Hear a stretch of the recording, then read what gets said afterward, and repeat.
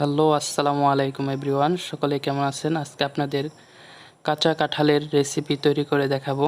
এর জন্য প্রথমে কাঁঠাল গাছ থেকে পেড়ে কাঁঠালটা ভালোভাবে পরিষ্কার করে ভাপ দিয়ে নিতে হবে।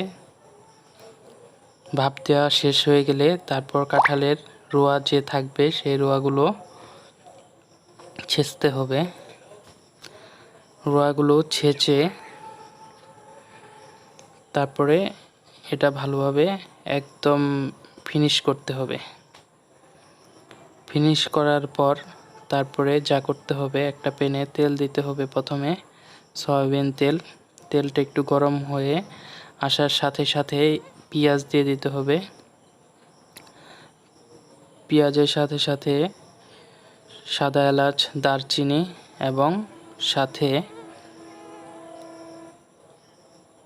তেজপাতা দিয়ে দিতে হবে আর সামান্য জিরা দিয়ে দিতে হবে। এগুলো দেওয়ার পর কিছুক্ষণ নাড়াচাড়া দিতে হবে। নাড়াচাড়া দিয়ে লাল বাদামি হওয়া আগ পর্যন্ত অপেক্ষা করতে হবে। তো আপনারা যারা এখনও কাঁঠালের রেসিপি খাননি তারা একবার হলেও এই কাঁঠালের রেসিপিটা খেয়ে উপভোগ করবেন যে কেমন লাগে। এরপর আমরা বাদামি হওয়া পর্যন্ত অপেক্ষা করব। এই সময় আমরা 2 থেকে 3 মিনিটের মতন সময় লাগবে বাদামি হওয়ার জন্য। তো প্রায় বাদামি হয়ে চলে এসেছে। ভিডিওটি অনেক বড় হবে, সেই জন্য আমরা কিছুটা ভিডিও কাট করে দিয়েছি। তো বাদামি হয়ে আসার পর আমরা এখানে মশলা দিয়ে দিব হলুদ গুঁড়া, মরিচের গুঁড়া, ধনিয়া গুঁড়া এবং সাথে দিয়ে দেব সামান্য লবণ। দিয়ে একটু পানি দিয়ে আমরা এটা কষাতে থাকব। তো এই সময় অবশ্যই আমাদের জালটা হাই হিটে থাকবে।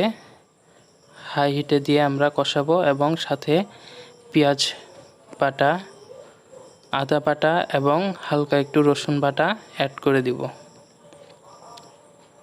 এড করে খুব ভালোভাবে নাড়তে হবে, নেড়ে চেড়ে এটা ভালোভাবে কষাতে হবে।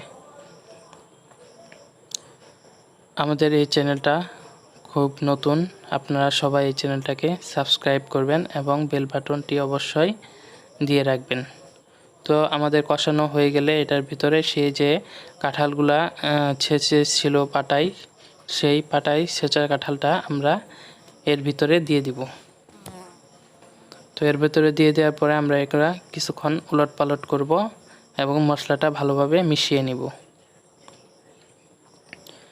মশলা মিশানো হয়ে গেলে আমরা এটার জালটা একটু কমিয়ে দিব। হাই হিট থেকে মিডিয়াম হিটে দিয়ে আমরা এটাকে নাড়াচাড়া দিতে থাকব এবং এখানে হালকা একটু পানি অ্যাড করে দিব। পানি অ্যাড করে দিয়ে আমরা এখানে নাড়াচাড়া দিব কিছুক্ষণ এবং এরপর আমরা এর উপর দিয়ে হালকা কাঁচা পেঁয়াজ ছিটিয়ে দিব। কাঁচা পেঁয়াজ দেওয়ার পর তারপর আবার নেড়ে চেড়ে দিব। কিছুক্ষণ অনবরত নাড়তে থাকবো। এরপর এখানে একটু হালকা সয়াবিন তেল আমরা অ্যাড করে দিব যাতে এটা আরও সুন্দরভাবে একটু ভাজা ভাজা হয়। এই সময় অবশ্যই পাওয়ারটা লো হিটে দিব। আমরা লো হিটে দিয়ে আমরা ভাজতে থাকব যতক্ষণ পর্যন্ত এই ভাজিটা বাদামি বর্ণের না হবে সে পর্যন্ত আমরা ভাজতে থাকব। অলরেডি বাদামি হয়ে গেছে, আমাদের রান্না কমপ্লিট হয়ে গেছে। এখন আমরা প্লেটে সবটুকু তুলে নেব এবং সুন্দরভাবে পরিবেশন করব। আমাদের হয়ে গেল মাংসের মতন কাঁচা কাঁঠালের রেসিপি। সবাই আমাদের পাশে থাকবেন এবং সবসময় আমাদের ভিডিওতে ফলো এবং লাইক দিয়ে সাথে থাকবেন। ধন্যবাদ।